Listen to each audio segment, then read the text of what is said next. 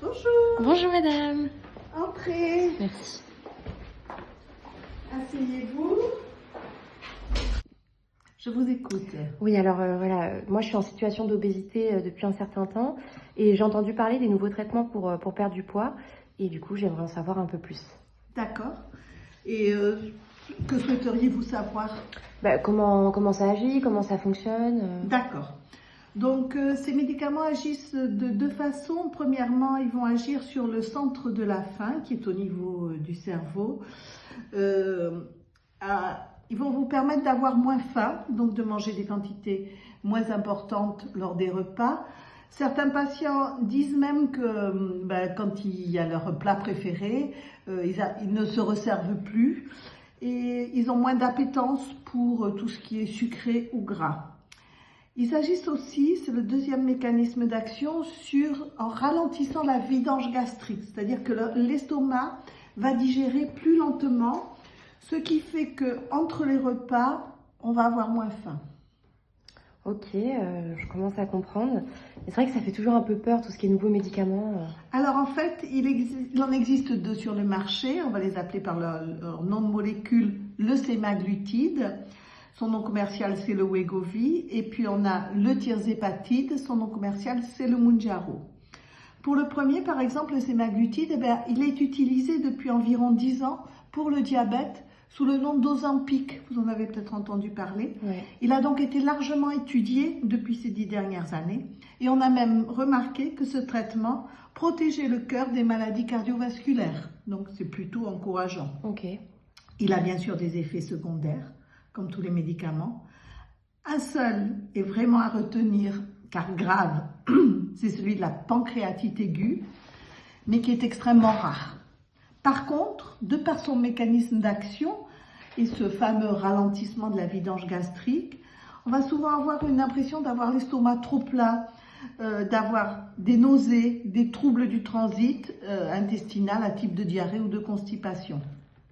Ah oui, quand même, c'est vrai que ça donne pas trop envie quand j'entends tout ça comme effet secondaire. Bon, il faut savoir que ces effets s'estompent au fur et à mesure.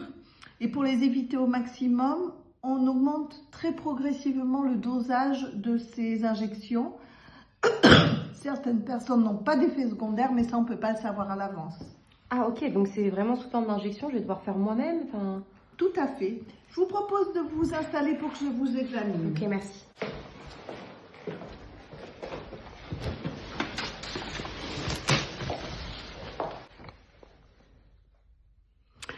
Oui, ces médicaments font sous forme d'injection sous-cutanée avec des stylos de ce type-là et une toute petite aiguille, vraiment qui fait 4 mm. Je peux vous la montrer, mais vous ne la verrez même pas.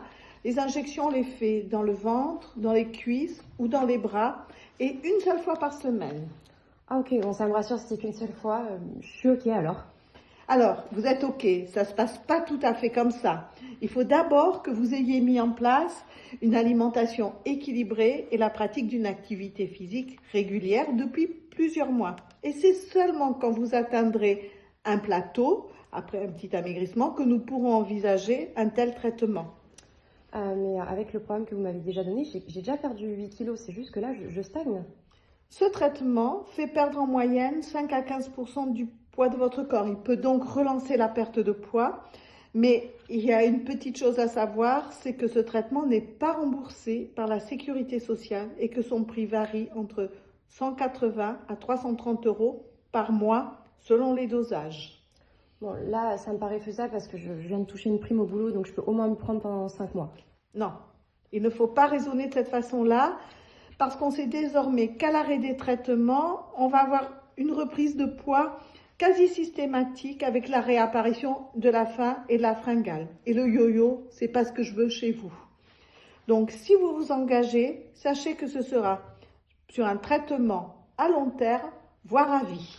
À vie? Et oui, n'oubliez pas que l'on considère désormais que l'obésité est une maladie chronique, comme le diabète, comme la tension. Ça ne vous choque pas quand je vous dis que vous allez devoir prendre un traitement à vie pour votre diabète. Eh bien, ce traitement, c'est un peu la même chose.